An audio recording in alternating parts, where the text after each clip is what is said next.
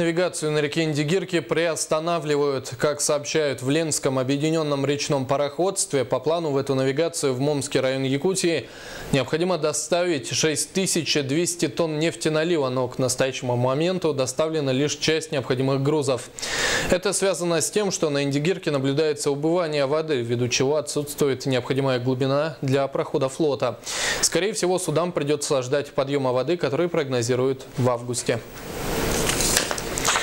Компания «Сургутнефтегаз» открыла дорогу Талакан-Витим в Ленском районе Якутии для всех, за исключением коммерческого транспорта. Однако те, кто возят товары первой необходимости, также будут проезжать бесплатно. Напомним, конфликт вокруг технологической дороги разгорелся зимой этого года, когда предпринимателя из Пеледуя Ленского района Валерия Лейкина не пропустили через КПП нефтяников. Тогда пришлось вмешаться сотрудникам полиции. Напомним, трасса Витим-Талаканское месторождение, построенная за счет средств в компании «Сургутнефтегаз» протяженностью 115 километров. Это единственная дорога, связывающая 4 поселка Ленского района с Ленском.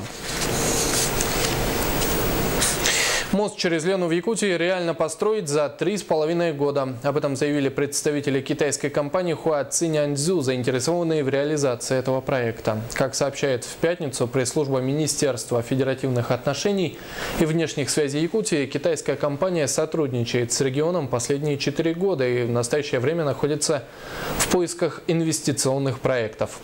Как сказал председатель Совета директоров китайской компании Джу Чхунь-Юй, на такой крупномасштабный проект, как строительство мостового перехода через Лену, нужно смотреть в перспективе на 30-50 лет. Китайская компания планирует продолжить переговоры по данному проекту на Восточном экономическом форуме. Он пройдет в начале сентября во Владивостоке.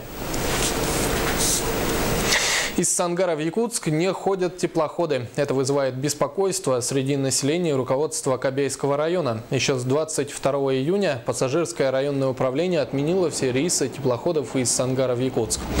Причина в нехватке пассажиров и, следовательно, работе в убыток. Население безопасному теплоходу предпочитает рискованные поездки на катерах индивидуальных предпринимателей. Эта проблема и стала главной темой рабочего совещания в Министерстве транспорта и дорожного хозяйства республики. По его итогам участники вынесут решение о дальнейшей судьбе официальных перевозок.